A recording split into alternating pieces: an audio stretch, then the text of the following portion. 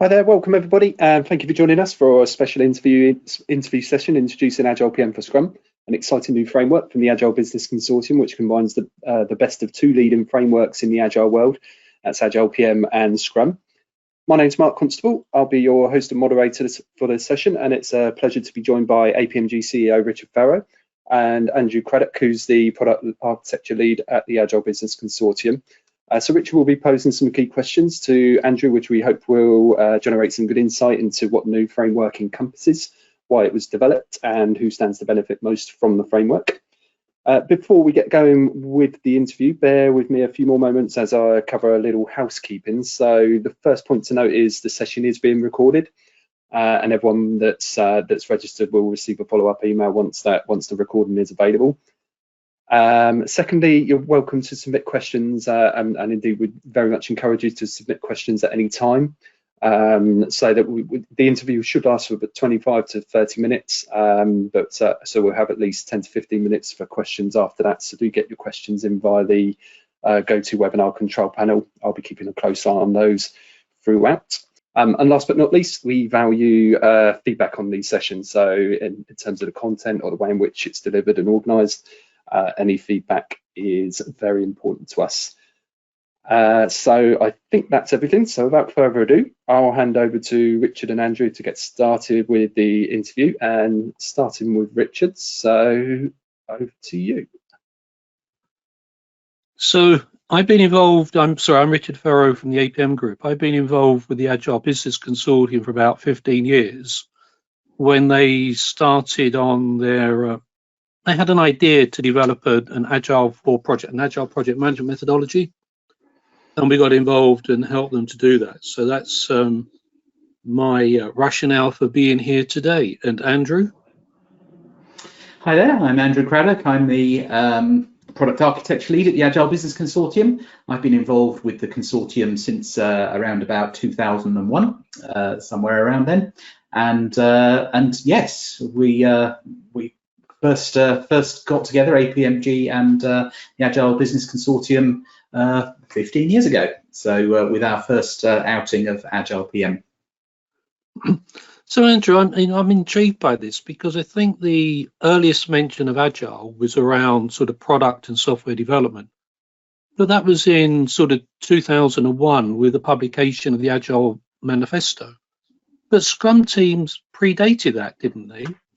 So if they did, and correct me if I'm wrong, weren't sort of Scrum teams Agile development teams, or were they something else? Yeah, you're absolutely right.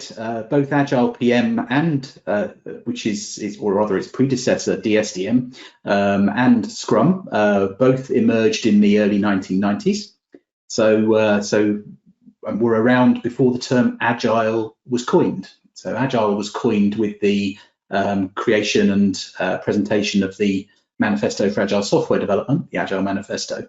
And both the co-creators of Scrum and DSDM were part of the group of experts that actually penned that.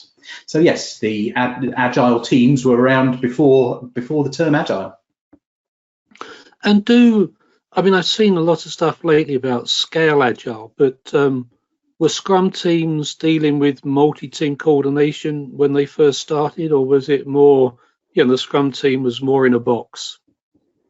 I think it's fair to say it was more in a box. It was really aimed, Scrum was really aimed at small teams up to about 10 people, all of whom were expected to have a sort of homogeneous skill set and to be able to work and do everything that was needed in order to build a software product. And that is where it started, with software and building a software product. And do Scrum teams today look at business value? So where does the delivery of business value fit? Clearly I come from a project management background, and we have business cases, or I should say we're supposed to have business cases. Not sure that they always exist, but projects have business cases. What about Scrum teams? I think back when Scrum and DSDM as well, actually, back when they emerged projects were very different beasts. They were big, cumbersome beasts that and projects involving software, quite often took years to actually get to the point of delivering business value. Also, the sort of approaches that were used at the time spent a lot of time up front sort of analysing the need and designing a solution before the solution got built and tested and finally put into live use. The Agile way of doing things really turned that on its head back in the day, and Scrum was certainly no exception in expecting teams to start delivering value early and in sprints. However, that was really value associated with the software product itself. If you were building a brand new system from scratch, yes, you could deliver something in 4 weeks or whatever the length of a sprint was back then, and it would have latent value. That value could not actually be deployed into business use until a more substantial set of software features were created. So typically, although Scrum and DSDM worked in a similar way, provided that focus, shortcut some of that big upfront work and got straight down to the business of building software, it still took a while for enough value to accumulate to make it worth deploying. Andrew, you mentioned DSDM a few times. For some of our younger listeners who may never have heard of DSDM because it's, it has drifted into the background lately, what was DSDM and how did DSDM come about, and what's its link with AgilePM? So DSDM stands for the Dynamic Software Development Method. So again, roots in software. Sorry, Systems Development Method. I'm forgetting, it's so long ago. Dynamic Systems Development Method, and it was created by a group of like-minded companies, actually, sort of including the likes of British Airways and British Telecom back in the day, back in the 1990s. So big corporates who were looking to find a way of, in today's language, making projects more agile and responsive to their business needs. DSDM and Scrum came from different places, and Scrum the creators wanted to get it out there as quickly and as wide as possible. They published books, it was free to view, free to use, people adopted it, and things grew pretty rapidly. With DSDM, it was created by that group of companies who formed a consortium of companies, and everybody was welcome to use DSDM. It's just you had to join the club. So it was, it rapidly, in contrast to Scrum, it became, a very well kept secret, and Scrum took off and became the global phenomenon that it is today in the software development space. Thank you for that. So what made the Agile Business Consortium think about AgilePM for Scrum? What market does it satisfy? Why now? What was the driver for it? So I think the driver really came from that history. So DSDM had a lot of value in the project space that Scrum didn't go to. Scrum is absolutely brilliant at what it does around product development at the team level, but it really is focused just on that, and all the other things that are associated with the delivery of business value that we spoke about earlier is left to things around the outside rather than being part of what the Scrum team does.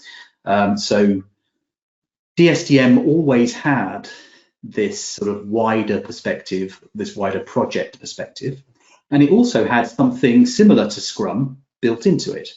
But the rationale for the AgilePM for Scrum product was that we wanted to tap into the fact that Scrum is the sort of dominant team-based approach for building software out there in the world, and it's very good at it.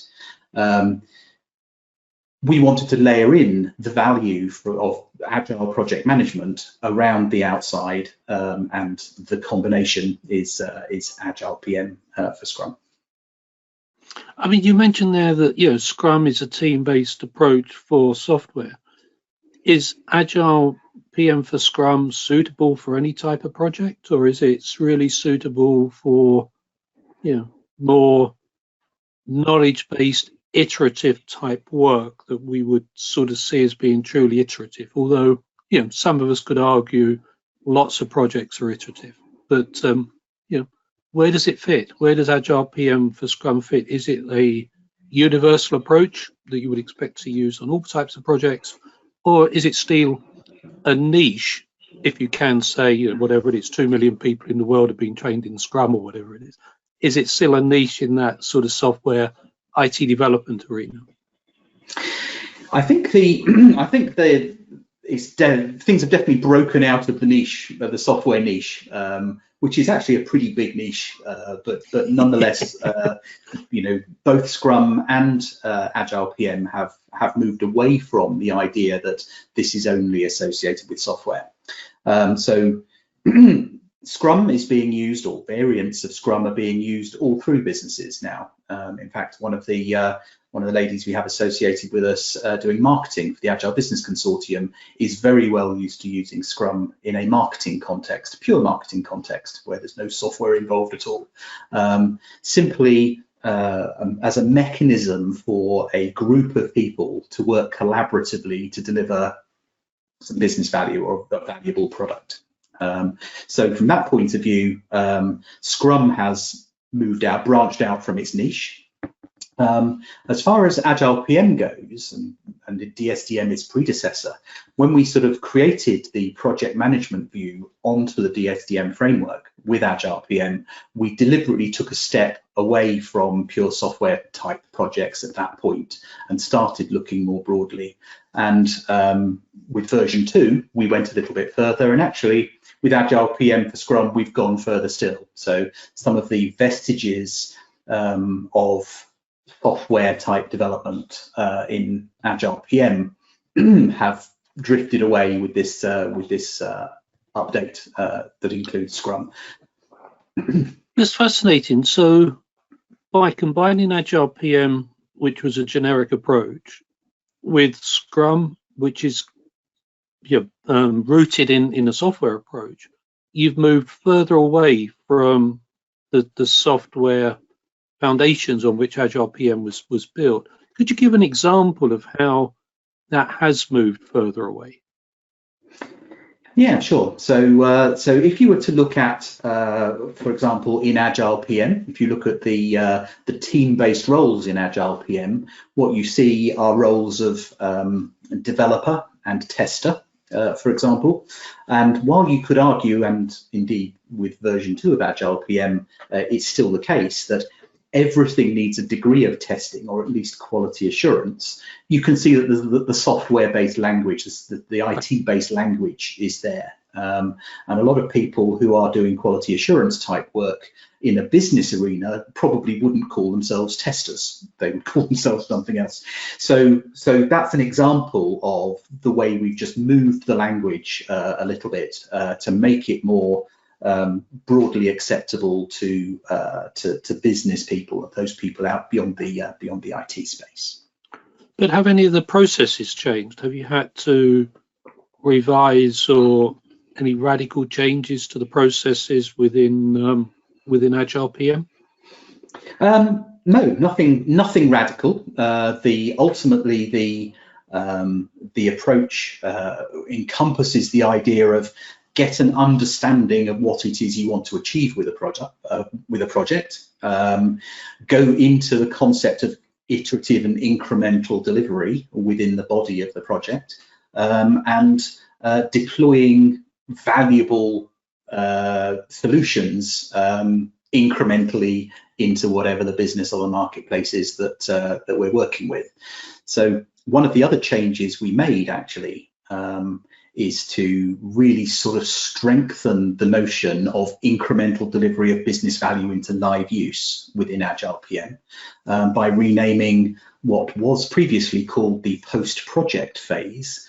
We called it the post-deployment phase, and just acknowledged that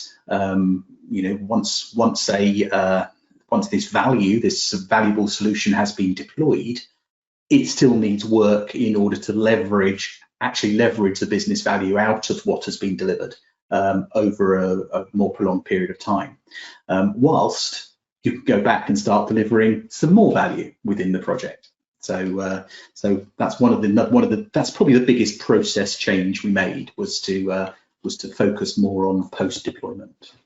And are there any real examples within the new guidance about you must do this and you must do that? I mean, I hear endless debates about how long is a sprint.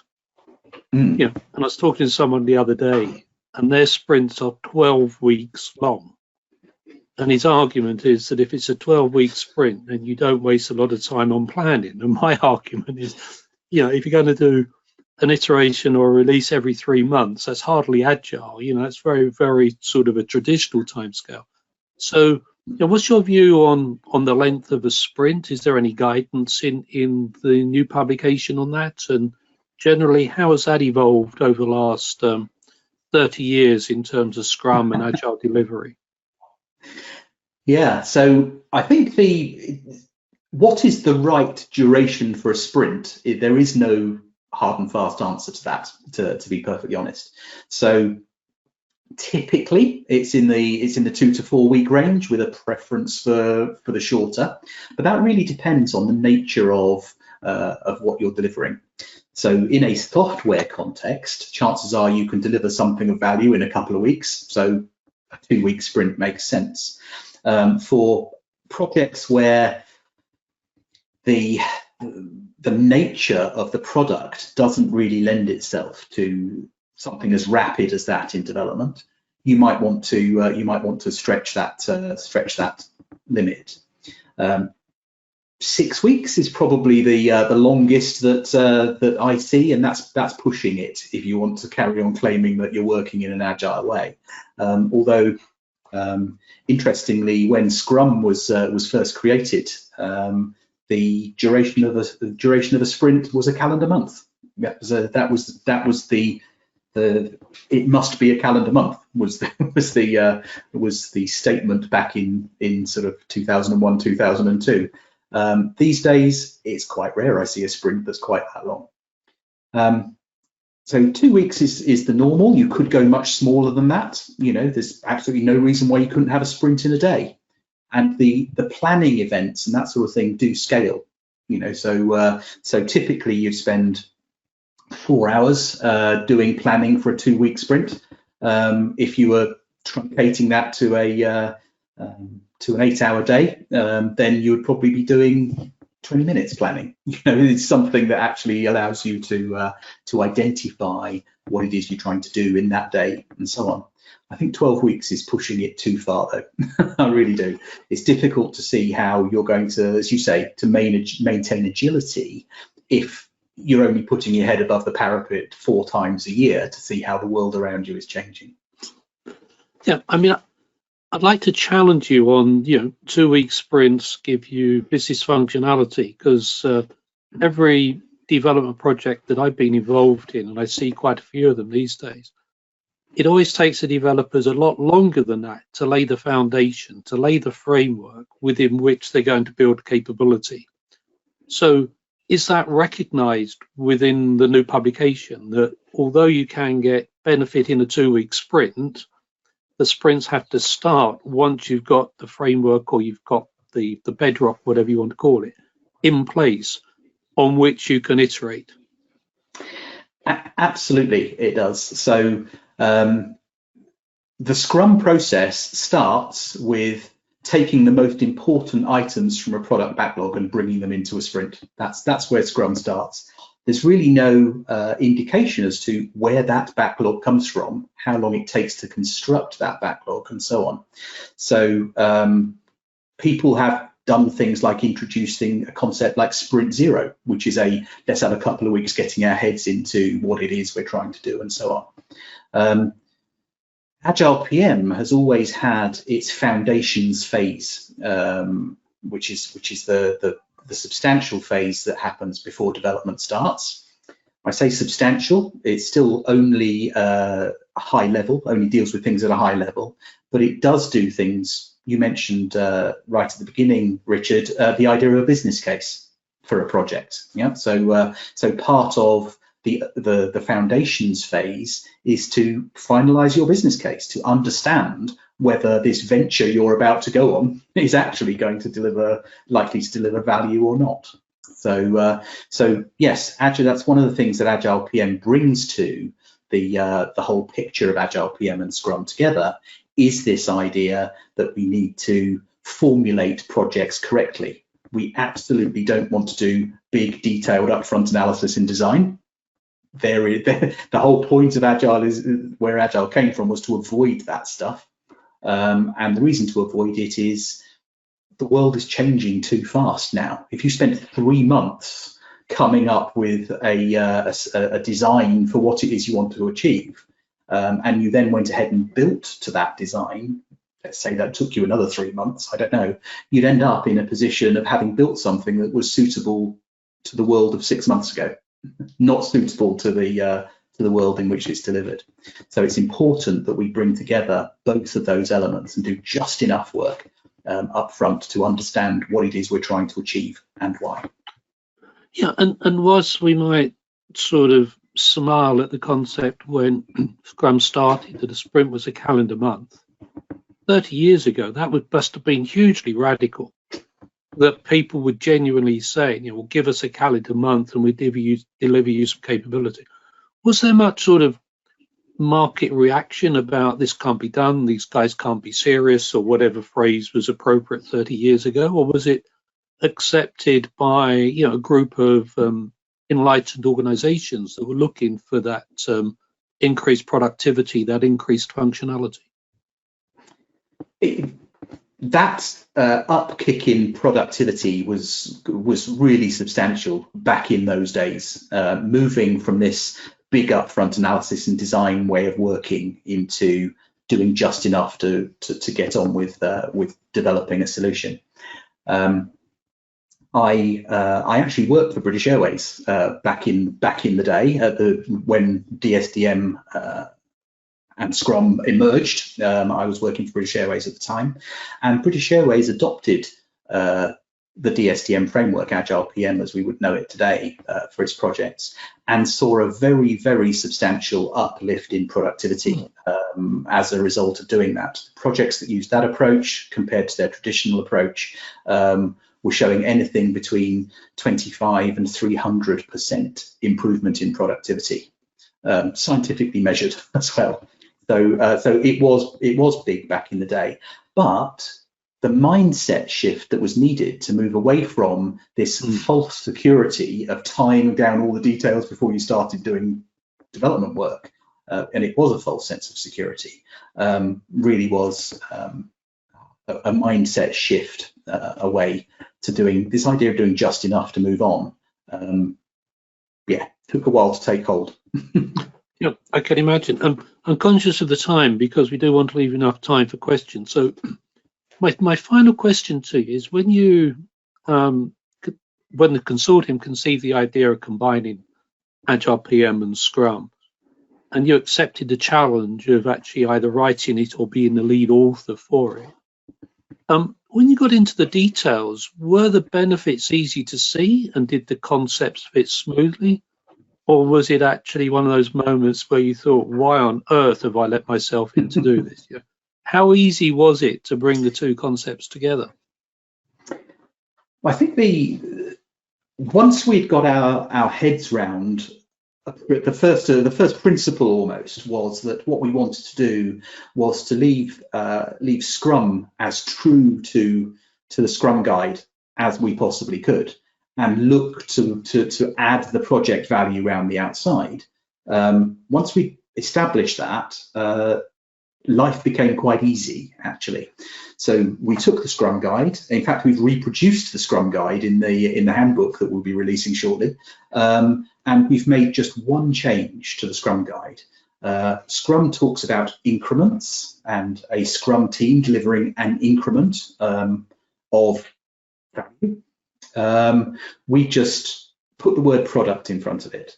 So Scrum teams in the combined framework deliver product increments, and we needed to do that because projects are also incremental, and we wanted to have project increments as well as product increments. So that's literally the only significant change we made to Scrum.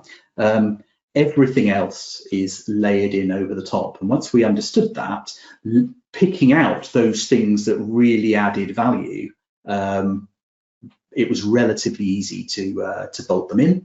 And there are one or two sort of novel concepts in there that we've introduced as well. So, for example, we've formalized a little bit the what was generic about project planning in AgilePM to really show how that interplays with the way sprints are set up and the way they're run, and how you end up going from one sprint to another.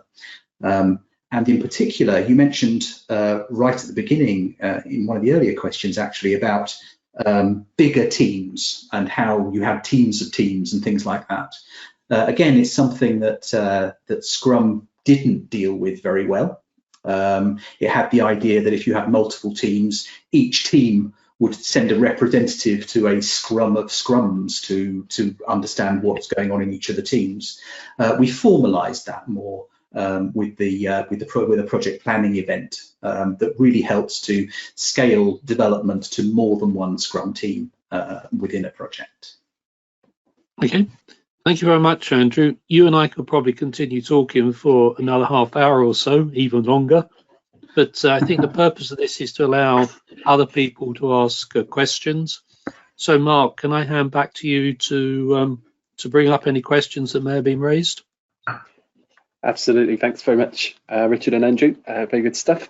Got quite a few questions coming in. So we'll start with, first one's around scaling Scrum. How does AgilePM for Scrum relate to Less and or Nexus? That's probably more for Andrew. Yeah, I'm glad you said that. Thank you. Happy to leave it to you if you like, Richard. Both Less and Nexus, as I understand them, are still very much focused around product development. It's about scaling product development. So what we've done with AgilePM for Scrum is, as I was explaining earlier, we've broadened it beyond pure product development to look at the bigger picture of delivering an overall solution, which might include not only a product being developed, but, for example, whatever's needed to market it, whatever's needed to embed it in live use and leverage the value that the product may have. So that's one element that we've added, which isn't related to scaling, but is related to more than just product development covered by Scrum. And the other thing is, as I mentioned in the last section, in response to the last question, is we've built on the notion of multiple teams. So there's mechanisms in place in AgilePM for Scrum that specifically allow us to deal with multiple teams. So if you wanted to scale your development to half a dozen Scrum teams, for example, that would work very nicely in an AgilePM for Scrum framework. Great, thanks, Andrew. To what extent can AgilePM for Scrum be applied in large-scale engineering, procurement, and construction projects? Now that's something that's been raised. I think if you follow one of the guys that's quite active on LinkedIn, Adrian Dooley, who has this argument going, is that there's no such thing as an agile project and there's no such thing as a waterfall project. They're all hybrid projects. His argument is that in the early stages of a construction project, where the team are coming together, the development team are coming together, then you are actually running that in an iterative process using team-based approaches. And in that area, then the whole concept of a Scrum team and iterative development works very, very well. clearly when you get to the stage where you're either going to build an aeroplane or a factory or a bridge, then there is certain things that you have to do in series in order to do it. But clearly, I think the iteration in that is the team learning from previous projects, or the team learning from what they've done before. And of course, if you think about it on a housing estate, if you're going to build 100 houses, you tend to build one part of that estate to start with, and you get those houses ready for sale and you sell those, and then you go on to build the rest of the estate. But I think if you split it down into, I can't remember what Andrew called it, but if you split it down into design and development and then say execution, I think design and development is done in a very agile way these days, whereas the execution may be done in a more traditional way. But the problem is you have two tribes, there's the agilists and there's the waterfallers and what have you, and they don't seem to respect each other. But the reality is I think most things are in the middle. Andrew, would you agree with that? I think I would. I think that's quite well put. One of the key things that really determines how agile you can be in that team, on that team basis, is to do with skills. The agile approaches assume a sort of a homogeneous skill set amongst all of those in the team, in the development team, really. So, that again applies itself well to collaborative working and that sort of thing. If you're building a house in your housing estate, you'll probably find that the people that lay the bricks have a different skill set to the people that put the roofs on. So chances are they'll have, brickies, and they'll have roofers, and they'll have plumbers, and they'll have electricians, and all of those groups can work together and to have 2 or 3 roofers on a roof at any one time, perhaps. But you wouldn't have brickies up there or an electrician trying to lay roofing tiles. So separation of skills tends to push you down a route that might not be considered agile, but hey, it's probably the most efficient way of doing it. So why not do it the way that's most efficient? Good point. Thanks, guys. Someone's put the question, Andrew. They've got your AgilePM for Scrum pocketbook from a few years ago. So just leads on with that. What is the main difference with this initiative? I guess it's building on that. It does build on it. So we've moved Agile, the AgilePM element of what was described in the pocketbook, along a little bit further. Some of the concepts that you'll have read in that pocketbook have been carried forward. So, for example, the notion that for a product owner whose responsibility it is to shape a product backlog for a Scrum team to work on, that is pure Scrum, that's carried through. And in the pocketbook, we talked about how the stakeholders for the product owner are the project level roles in AgilePM, and that concept it has carried through into the new AgilePM for Scrum product. But we have pushed pushed AgilePM a little bit further than it was in the pocketbook. Great, thanks, Andrew. And the next one's about Scaled Agile Framework, or SAFe for short. So how does this differ from SAFe? So SAFe again is a bit like less and more and things like that. Is focused primarily around product development. So SAFe is about scaling software development primarily. That's where it came from, and again, is what it's very good at. I understand that there are elements in SAFe that do deal more with overall solutions and business value now, but again, it is focused on this concept of product rather than project, and certainly a lot of corporates still use a project type framework. So that's where AgilePM adds value, where you're looking at projects as a concept. So could AgilePM with Scrum sort of replace SAFe where people are using SAFe, or would they be compatible or work alongside each other? So I think where SAFe is used at its best and where it's sold properly and employed correctly, AgilePM wouldn't go there. So I worked for a number of years ago with Nokia when they were using what was actually a forerunner of SAFe. They had over 1,000 software engineers working on each release of their smartphone. AgilePM for Scrum would not scale to 1,000 software engineers. You know, it would stretch it beyond the point it could cope. However, I've also seen SAFe sold to a company that had a total of 12 people in its IT department. You know, and you look at that and say, well, hang on a minute, where's the scaling in that? You know, there are 12 people that do everything, right? Including, and literally in this case, including supporting the photocopiers in the business. So it really depends on how SAFe is sold and how it's employed. Thank you. Thanks, guys. So someone here has recently qualified in AgilePM, and they asked, does the new product invalidate my qualification in any way? Absolutely not. The fundamental thing that if you were to compare the two, you will find some enhancements, particularly in that area I described around planning and around the post-deployment phase instead of a post-project phase. Most of the rest of the life cycle is exactly as it was. We've tweaked a couple of role names. So what in AgilePM version 2 is described as the technical coordinator, we call them the solution architect now. The responsibilities haven't changed. The name has been tweaked a little bit. No, everything that you will have learnt with AgilePM will work just fine.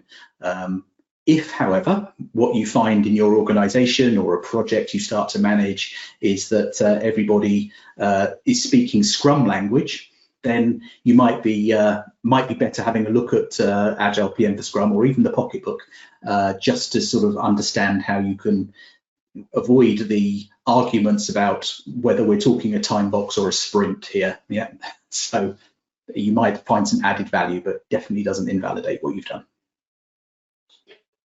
Thanks, Andrew. That kind of leads quite nicely onto a sort of question in a similar vein from the training community. So if you provide AgilePM training, are you suggesting AgilePM for Scrum as a replacement, or how would you say the benefits of one over the other?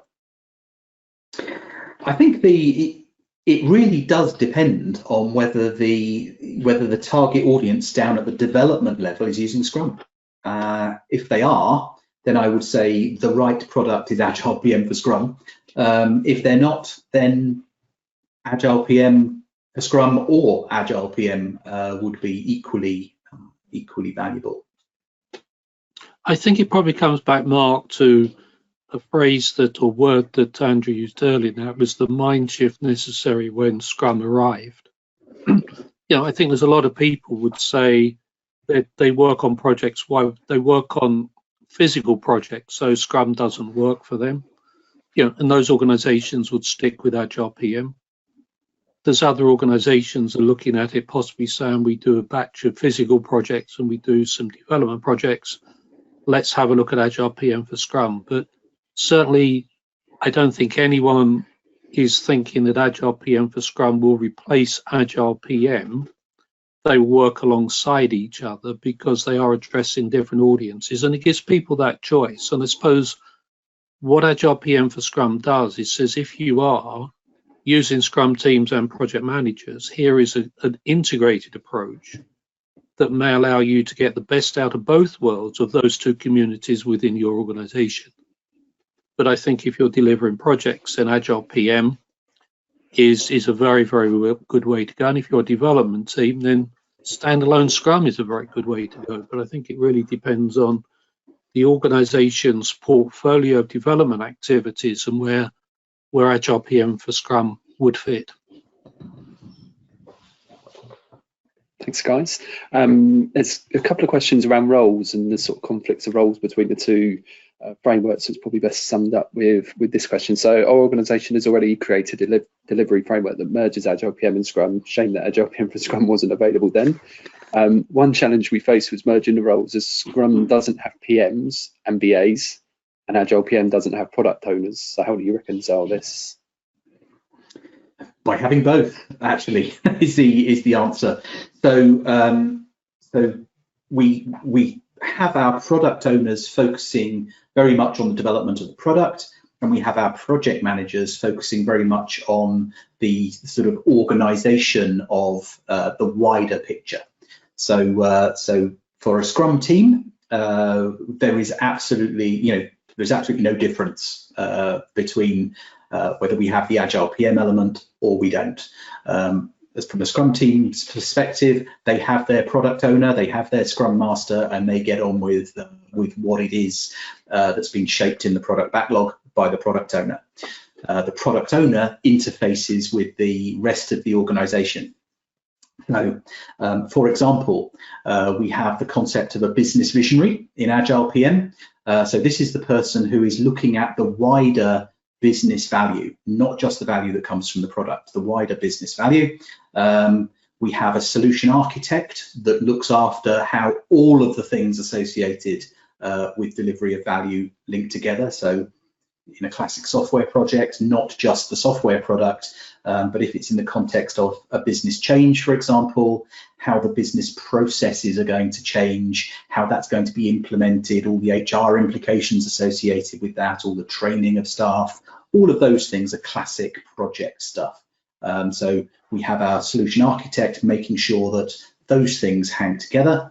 And of course, we have our project manager who is looking at the classic on time, on budget stuff and managing the people in the environment around the Scrum, self-organizing Scrum team. So that's how we've dealt with it. There is no conflict, unlike where I see some organizations saying they've adopted Scrum and they've just called all their project managers Scrum Masters. And if you're not careful, you find out that actually they're just project managers still. They're still telling the team what to do and how to do it in the old way they used to. They're just doing it in 2-week chunks now. So it's, yeah, we've got the blend of the two that allows the full autonomy associated with Scrum and the bigger picture coordinated by the project. Thanks, Andrew. Question around roles. What roles do you envisage being the primary target audience for AgilePM for Scrum, whether that's the framework itself or training and certification? So that's an interesting one, and I think you need to look at the suite of products that we have available. So we have the ABC Scrum Master and the ABC Product Owner trainings available and certifications available through APMG and the APMG ATOs. That's suited to those roles and making sure that those roles work properly in the context of Scrum. I would say that Scrum Masters and Product Owners would also benefit from the AgilePM for Scrum training as well, just so they understand, and two things. One is they understand the project context, and B, they can make sure that what they know and have learnt about Scrum is not compromised by that sort of project construct as well. So I think I would say the target audience for AgilePM for Scrum would be product owners and Scrum Masters, project managers, and those leads in project leads in the business, like the business visionary and the solution architect. Thanks, Andrew. I think we'll finish with two remaining questions. So, ultimate question: have structured time boxes been removed from AgilePM for Scrum? Oh, that's a really interesting question. The answer is almost. So what what we've done is we have the sprint, which is kind of like a free format time box in old Agile PM language. The one thing we've done is kept the concept of the consolidation period. Yeah, so we haven't got the full structured time box. We've got the concept of a consolidation period, and we've identified in that sort of 20% before the end of a sprint, the notion of a consolidation scrum. So this is instead of the daily scrum on that day, you have a consolidation scrum, which would be about 30 minutes instead of 15 minutes. And that's an opportunity for the team to focus on, okay, what are we actually going to get done in the last couple of days of our sprint? The reason we've done that is to allow the information from that consolidation scrum to be fed upwards into a project planning event. So this is how we end up being able to work across multiple teams and that sort of thing, is by the product owners bringing from their teams to this project planning event. We have great confidence we will be at this point in 2 days' time at the end of our sprint. And for the work at the project level to help shape the coordination and influence the product backlogs, feeding into the sprint planning 2 days later to make sure that a project hangs together and multiple teams hang together in the delivery of an overall solution. So almost we've kept the consolidation phase. Right, thanks, Andrew. And a good question to finalise on. I'm already familiar with and use AgilePM. So what does the new framework offer above and beyond AgilePM? So I think it is a good final question, because I think it sort of summarises the reason for the product. And if your project teams, the teams within your project, are familiar with Scrum and use Scrum language and everything else, or indeed if you're new to projects and you discover that's what is in your organization, then I think that's where the value is primarily added. It is about how you make those two frameworks work together. If you don't have Scrum influence within your organization, then the little bit of value add that you will get is from those small steps forward we've made with the AgilePM framework around, as I discussed, the notion of multiple teams, and also the idea of that work that needs to continue post deployment. We've emphasised that a little bit more, but certainly nothing huge unless you're using Scrum at the delivery level. Great, well, thanks very much, guys. So I think that brings us towards the end. So I'll just cycle through a few slides here. So obviously, an obvious question is when the framework is officially launched and available, and understand it's the latest date, isn't it, Andrew? 1st of March. Yes, indeed. We're just going through focusing our content into Kindle format. It's proving to be a little bit more technically difficult than we envisaged, and we've got a target of 1st of March at the latest. I would hope it would be closer to early February that we would have that available. It's likely to take a couple of weeks or whatever after that to have the print edition ready, because of course that's got to go through the typesetting and printing process. But the material is all there now, so it's available to trainers and training organizations in a PDF form, and will be available to the general public in digital form through Amazon as soon as we can get it there, and absolutely at the latest by the 1st of March. Brilliant. Thanks very much. And yeah, so watch your space, and we'll having registered for the webinar today, we'll make sure we follow up as soon as it is available. And just a note that you can see on the screen there, the handbook itself will underpin training and certification, which brings us nicely on to the next slide, which will be available alongside once the handbook is launched. So we'll have training providers in place ready to ready to serve any training requirements, and it will be a foundation level initially for AgilePM for Scrum, so that's what courses and certification will be available, and you'll typically see a 2 to 3 day course duration. So, and as I said on the previous slide, we'll send a follow up to everyone that's registered once those are officially available. So I think that brings us to a close. So thank you very much everyone for attending. Thank you for joining us, and thank you very much to Andrew and Richard for your time, your explanations, and the Q&A today. That's given everybody a good introduction to the new framework, and whetted your appetite a little. So thanks very much everyone, and we hope to see you on future APMG events in the near future. Thanks everyone. Thanks very much everyone. Thanks very much, Mark. Goodbye, everybody. Bye-bye. Goodbye.